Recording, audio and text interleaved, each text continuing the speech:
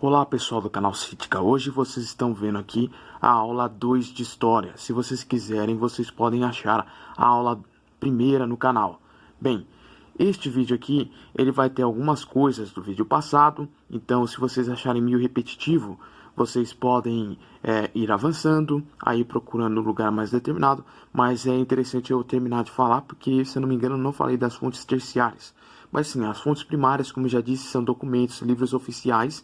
Fontes secundárias seriam ali alguma pessoa que está dentro de uma das escolas pesquisando sobre o assunto. Então ali nós teríamos uma ideia voltada para as fontes, ali por livros, por exemplo, sei lá, João Camilo de Oliveira de Torres, ou por exemplo, nós teríamos ali o Bloch falando algum assunto, certo?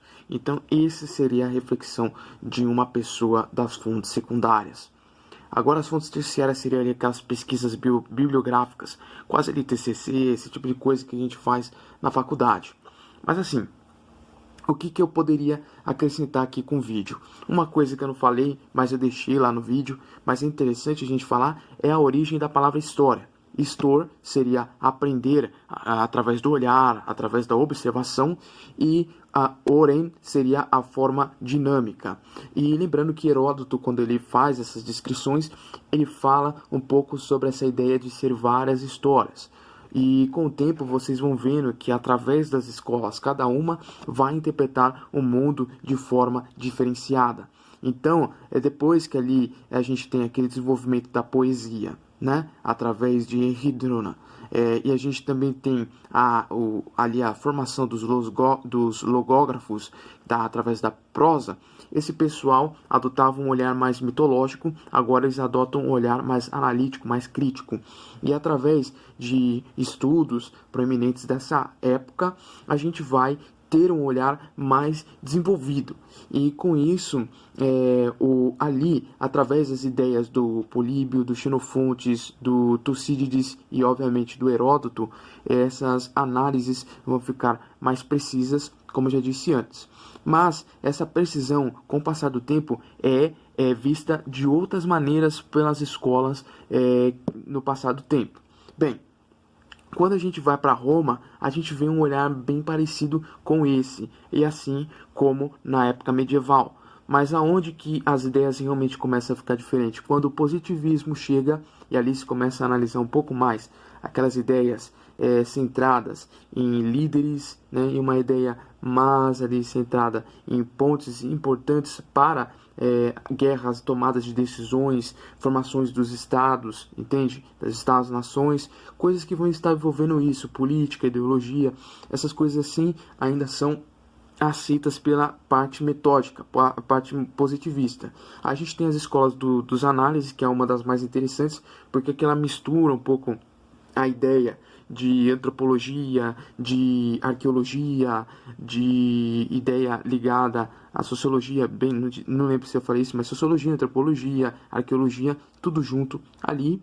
E a gente tem essas coisas se mesclando com a história, e aí as pessoas começam a analisar até, sei lá, um pequeno banqueiro, uma pequena costureira ali, esse tipo de coisa. E através desses estudos a gente descobriu coisas fantásticas, por exemplo, da Idade Média. Uma coisa que eu gosto muito de falar aqui é a ideia de Hildegard von Bingen, que é descoberta lá na Idade Média. Uma mulher que mexia com botânica, mexia com coisas ligadas a tentar fazer ali uma análise das plantas em si para formas medicinais. Ela fazia encantamentos e mais usando ali coisas ligadas à ideia de ritos religiosos da Igreja Católica, certo?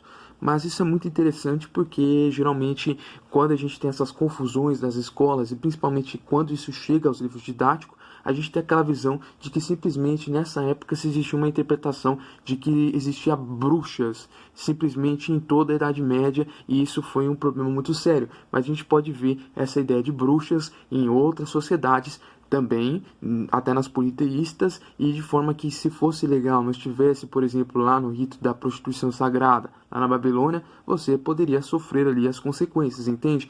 Então é uma coisa muito precisa, muito interessante, que vai acompanhando a história em si.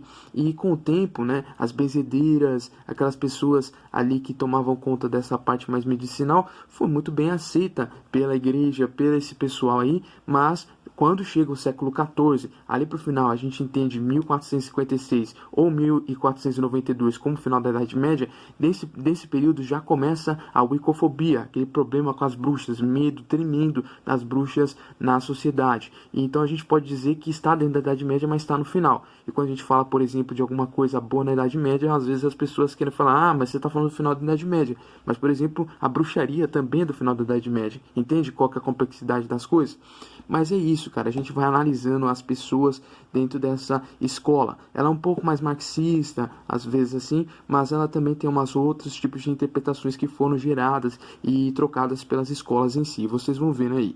A gente tem a ideia dos idealistas, onde Kant e Hegel, eles vão dar uma interpretação um pouco mais interessante ali, de forma metafísica, de forma transcendental, mas essas escolas acabam se conectando também, às vezes, com filosofia, por exemplo, como você pode ver. Idealista é uma coisa mais ligada à filosofia, análise, sociologia, antropologia, essas coisas, entende?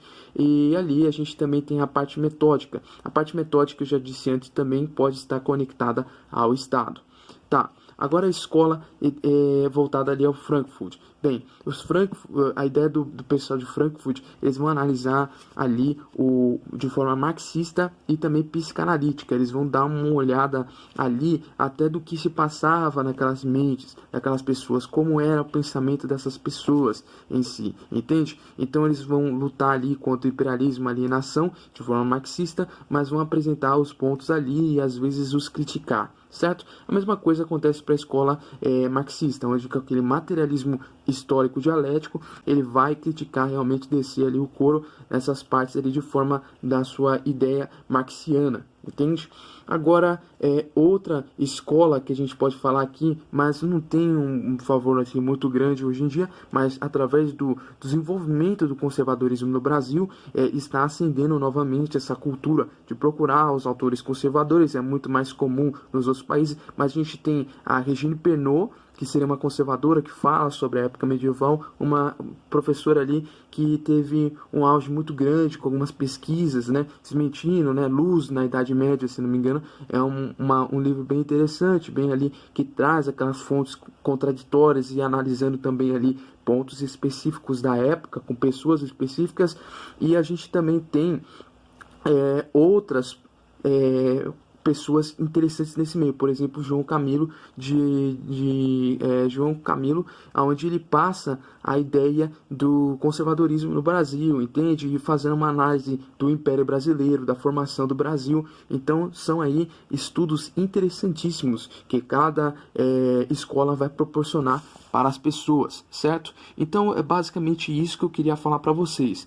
Agora, em relação a outros pontos, eu vou estar falando com vocês. O próximo vídeo será um vídeo mais rápido, vou falar um pouco da historiografia romana para vocês, e é basicamente isso, tá?